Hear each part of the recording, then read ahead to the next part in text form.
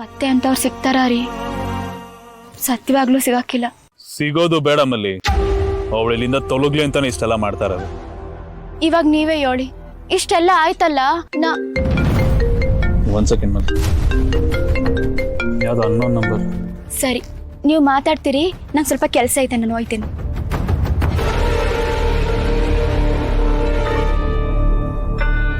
Hello.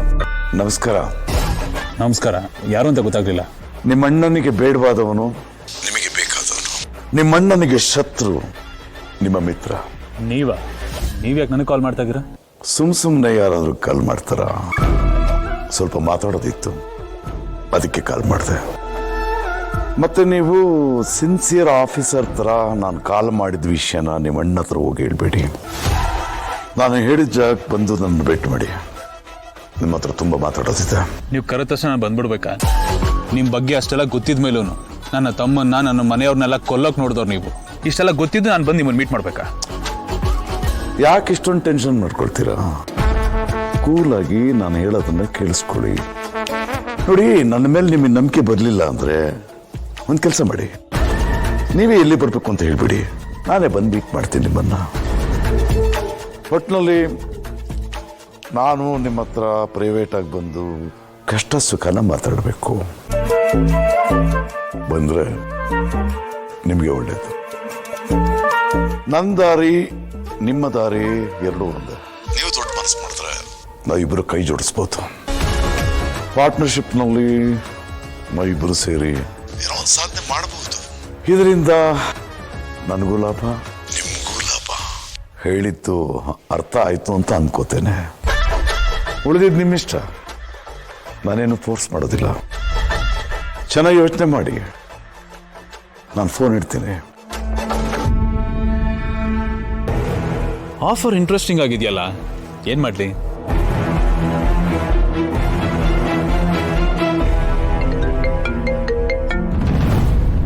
Hello. Ring ಹಾಕ್ತಿದ್ದಾಗೆ phone ತೆಗೆದ್ರಿ ಅಂದ್ರೆ ನಿಮಗೆ ನನ್ನ ಆಫರ್ ಇಷ್ಟ ಆಗಿದೆ ಅಂತ ಅರ್ಥ. ಮತ್ತೆ ತಡ, ಮೀಟಿಂಗ್ ಆಗಿ ಹೋಗ್ಲಿ. ಎಲ್ಲಿ ಬರ್ಬೇಕು ಹೇಳಿ?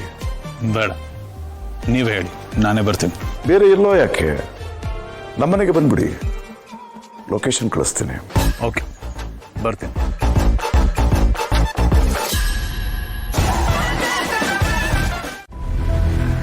ಏನ್ ಗೌತಮ್, ಕೆಲವು ಸೂಕ್ಷ್ಮ ವಿಚಾರಗಳು ನಿನಗೆ ಅರ್ಥ ಆಗಲ್ವಲ್ಲ? ಯಾಕಮ್ಮ, ಏನಾಯ್ತು?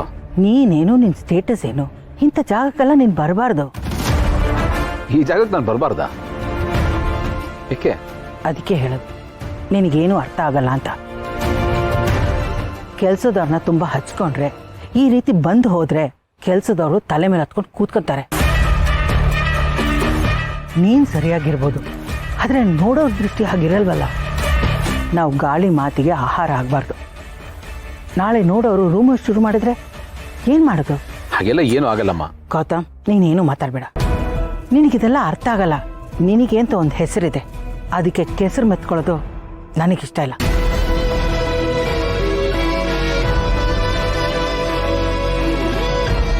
ಏನಮ್ಮ ಭೂಮಿಕಾ, ನಿನಗೆ ಅರ್ಥ ಆಗಲ್ವಾ? ಶಾರದಾ, ಬಾಯಲ್ಲಿ ನೋಡು, ಇವಳು ಅಮ್ಮ ಬರೋ ತನಕ ಇವಳನ್ನ ನೋಡ್ಕೊ. ನೀವು ನನ್ನ ಮೀಟ್ ಮಾಡೋದಕ್ಕೆ ಬರ್ತಿರೋ ಇಲ್ವೋ ಅಂದ್ಕೊಂಡ್ಬಿಟ್ಟಿದ್ದೆ. Good decision, congratulation. ಸರಿ, ನಾನು ಬರಕ್ಕೆ ಹೇಳಿದ್ದು ಏನು ವಿಷಯಕ್ಕೆ ಅಂತ ಹೇಳ್ತೀರಾ? ಡೈರೆಕ್ಟ್ ವಿಷಯಕ್ಕೆ ಬಂದ್ಬಿಡ್ತೀನಿ.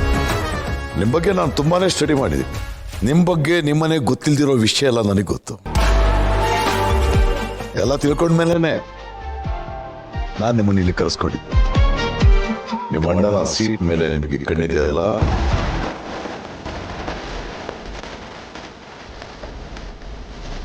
ಅದೇ ತಾನೇ ನಿಮ್ಮ ಟಾರ್ಗೆಟ್.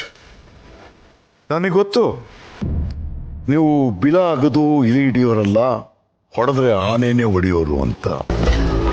ಹೊಡಿರಿ, ನಾನು ಸಾಥ್ ಕೊಡ್ತೀನಿ. ಏನಂತೀರ? ಇದು ನಮ್ಮನೆ ವಿಷಯ, ಆದ್ರೆ ನೀವ್ಯಾಕೆ ಇದ್ರ ತಲೆ ಆಗ್ತಿದ್ದೀರಾ? ಯಾಕೆಂದ್ರೆ ಶತ್ರುವಿನ ಶತ್ರು ಮಿತ್ರ, ನಮ್ಮ ಮಧ್ಯೆ ಆ ಥರ ಸಂಬಂಧ ಇದೆ. ನಿಮಗೆ ಹೇಗೆ ನಿಮ್ಮ ಅಣ್ಣನ ಮೇಲೆ ಜಿದ್ದಿದೆಯೋ ನನಗೂ ಇದೆ. ಒಂದೇ ಗುರಿ ಅಂದಮೇಲೆ ಎರಡು ದೋಣಿ ಯಾಕೆ? ಒಂದೇ ದೋಣಿನಲ್ಲಿ ಹೋಗ್ಬೋದಲ್ಲ, ಇಬ್ಬರೂ ಸೇರಿ ಹುಟ್ಟಾಕ್ಬಹುದು. ಟೈಮು ಎನರ್ಜಿ ಎರಡೂ ಉಳಿಯುತ್ತೆ. ಇದೊಂಥರ ಉಳಿತಾಯ ಯೋಜನೆ, ಏನಂತೀರ? ನಿಮ್ಮ ಬೋರ್ಡ್ ಆಫ್ ಡೈರೆಕ್ಟರ್ಸ್ನಲ್ಲಿ ಸಾಕಷ್ಟು ಜನ ನನಗೆ ಗೊತ್ತಿರೋರು, ಆಪ್ತರು, ಒಂಥರ ಗಳಸ್ಯ ಕಂಠಸ್ಯ ಇದ್ದಾಗೆ. ನೀವು ನನ್ನ ಜೊತೆ ಕೈ ಜೋಡಿಸಿದ್ರೆ ಅವರು ನಿಮ್ಮ ಜೊತೆ ಕೈ ಜೋಡಿಸ್ತಾರೆ. ನಿಮ್ಮನ್ನ ಕಂಪ್ನಿ ಚೇರ್ಮನ್ ಮಾಡೋ ಜವಾಬ್ದಾರಿ ನನ್ನದು. ಇನ್ನ ಚಿಲ್ಲರೆ ಪಲ್ಲರೆ ಜನಗಳನ್ನ ನೀವು ಮ್ಯಾನೇಜ್ ಮಾಡ್ಕೊಳ್ಳಿ. ಅಷ್ಟು ಮಾಡಿದ್ರೆ ನೀವು ಗದ್ದಿಗೆಗೆ ಇರೋದು ಗ್ಯಾರಂಟಿ. ಆಗ ಆಕಾಶ ಎತ್ತರ ಬೆಳೆದಿರ್ತಕ್ಕಂಥ ನಿಮ್ಮ ಅಣ್ಣ ಪಾತಾಳಕ್ಕೆ ಬಿದ್ದು ಬಿಡ್ತಾನೆ. ಇದು ನನ್ನ ಪ್ಲಾನ್.